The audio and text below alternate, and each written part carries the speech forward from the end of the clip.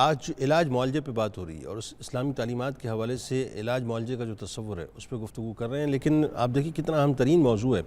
اسی حوالے سے آگے جا کے ایک بات ہم نے کرنی ہے اور وہ بڑی اہم ترین بات ہے، اور میرا خیال ہے کہ اس کے لیے میں گزارش کروں گا تمام ڈاکٹرز سے جو اس وقت اگر ہمیں دیکھ رہے ہیں تو تھوڑے وقت کے لیے ہمارے ساتھ رہیں، کیونکہ الا ماشاءاللہ میں حاشیہ لگا کے بات کر رہا ہوں، جو لوگ اچھا کام کر رہے ہیں، جو ڈیڈیکیشن سے کام کر رہے ہیں، جو اپنی سروسز دے رہے ہیں، جو اللہ کی رضا کے لیے کام کر رہے ہیں، جو انسانی بنیادوں پر انسانیت کی خدمت کر رہے ہیں، وہ تو خدمت کر رہے ہیں، اس پہ کوئی دوسری رائے نہیں ہے اور ان کو سلام تحسین ہے۔ لیکن ایک بہت بڑا طبقہ ہے جس پہ ابھی جا کے انشاءاللہ ہم آگے گفتگو کریں گے، جو کویکس ہیں، جو کویکری کر رہے ہیں، جو کہ جاتائی ڈاکٹرز ہیں، جن کو جو ہے کچھ بھی نہیں آتا، لیکن وہ انسانی جانوں سے کھیل جایا کرتے ہیں چند ٹکوں کے لیے۔ اچھا، ان میں بھی وہ طبقہ ہے جو صرف اور صرف پیسے بنانے کی مشین بنا ہوا ہے، یعنی ان کا کام ہی صرف اور صرف پیسے بنانا ہے۔ مریض ان کے پاس آتا ہے تو بڑے بڑے جو ان کو پرسکرپشنز لکھ کے دیتے ہیں، پرسکرپشنز میں ان کے کمیشنز موجود ہوتے ہیں، میڈیکل اسٹور پہ وہ جائے گا تو وہ سجیسٹ کرتے ہیں کہ اس جگہ سے جا کے آپ نے میڈیسنز لینی ہے، وہاں ان کے کمیشن ہیں، ٹیسٹ لکھ کے دیں گے، لمبے چوڑے ٹیسٹ لکھ کے دیں گے، پھر وہ بتائیں گے صاحب کہ اس لیب میں جانا ہے، وہاں ان کا کمیشن موجود ہے، پھر ہر وزٹ کی ان کی فیس الگ ہے، بھاری بھاری فیسیں رکھی ہوئی ہوتی ہیں۔ آتا جاتا اگر کچھ بھی نہیں ہے تو مریض کو جو ہے پنگ پونگ بنا دیتے ہیں کہ وہ بیچارہ جو ہے ٹیسٹ میں اور میڈیسنز میں ہی لگا رہتا ہے۔ یعنی صورتحال یہ ہے ناظرین کہ آپ اگر ہسپتالوں میں چلے جائیے تو آپ کو ایسا لگتا ہے کہ وہ ہسپتال کم ہیں، وہ معاذ اللہ مطلب وہ مذبح خانے جو ہیں زیادہ بن گئے ہیں۔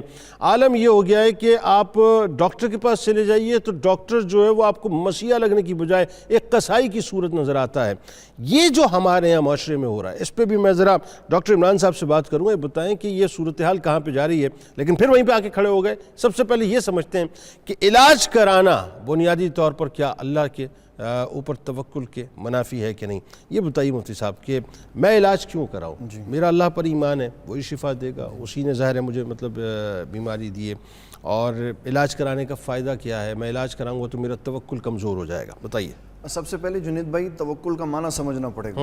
توکل کہتے ہیں اپنے عمل اور کوشش سے اللہ پہ بھروسہ کرنا، اپنی ایفرٹ کرو پھر بھروسہ کرو کہ اللہ تعالیٰ شفا دے۔ ایفرٹ تو کی نہیں اور اس لیے بیٹھ گئے کہ اللہ ہی شفا دے گا، تو اللہ تبارک و تعالیٰ نے انسان کو عقل و شعور دیا، فہم و فراست دی، سارا پروسیجر سمجھایا کہ یہ کام کرو گے تو شفا مل جائے۔ شفا من جانب اللہ ہی ہے، لیکن اس کے لیے دعا کا استعمال کرنا، ڈاکٹر کے پاس جانا، میڈیکل کا استعمال کرنا، یہ سب وہ چیزیں ہیں جو نبی صلی اللہ تعالیٰ علیہ وسلم نے عمل کر کے دکھائی اور بتائیں یہ کرنی جائز ہے۔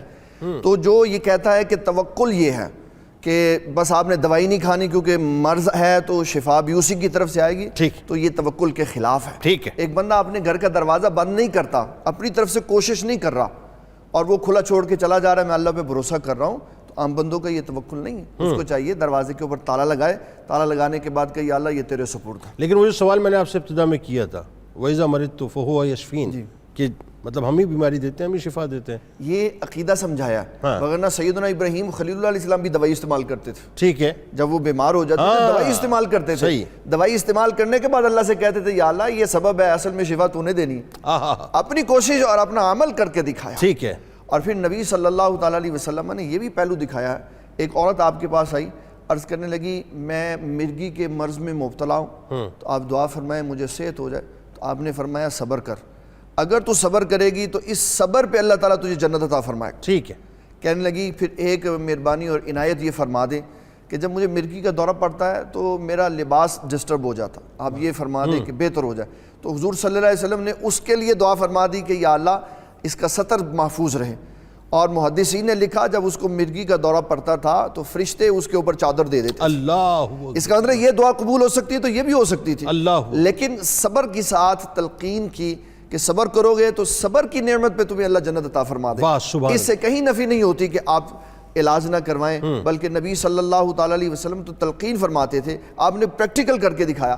اگر توکل اس چیز کا نام ہے کہ علاج معالجہ نہیں کروانا، تو احد کے میدان میں جو زخمی ہوئے محدثین نے لکھا کہ صحابی اور صحابیات نے ان کو کپڑے جلا کے ان کی راکھ بنا کے زخموں کے اوپر لگایا، اور نبی صلی اللہ علیہ وسلم نے دیکھا اور آپ نے خود بھی کروایا اور بتایا کہ علاج ہی ایک طریقہ کار ہے جس سے انسان فوری تکلیف سے بچ سکتا ہے، شفا اللہ تبارک و تعالیٰ جل جلالہ نے عطا فرمائی۔ اچھا، حضرت سعد بن ابی وقاص رضی اللہ تعالیٰ عنہ کا جو واقعہ ہے، اب دیکھیں نا وہ جو ہارٹ کا مرض کا واقعہ ہے، اس میں بھی تو سرکار علیہ السلام نے بتائیے وہ کیا جنید بھائی میں اس کی طرف آتا ہوں، صرف ایک چیز میں بیچ میں عرض کرنا چاہ رہا ہوں کہ حضور صلی اللہ تعالیٰ علیہ وسلم نے مختلف بیماریوں میں صحابہ کرام رضوان اللہ تعالیٰ علیہ مجمعین کو علاج کی طرف توجہ کروائی.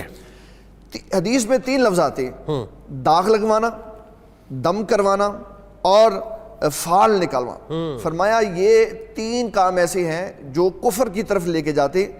وہ کفر کس طرح ہے کہ داغ لگوانا ایسا جس سے اللہ تعالیٰ کی احکامات کی خلاف ورزی ہو, موت قریب ہے پھر لگوانا. ٹھیک ہے. دوسرا فال نکالنا کہ کفر سے یا ایسے لوگوں سے جو اچنبے کی بات کرتے ہیں ان کو کہنا, یا تیسرے نمبر پر دم کروانا جس میں کفریات ہو, اس سے اسلام نے منع فرمایا.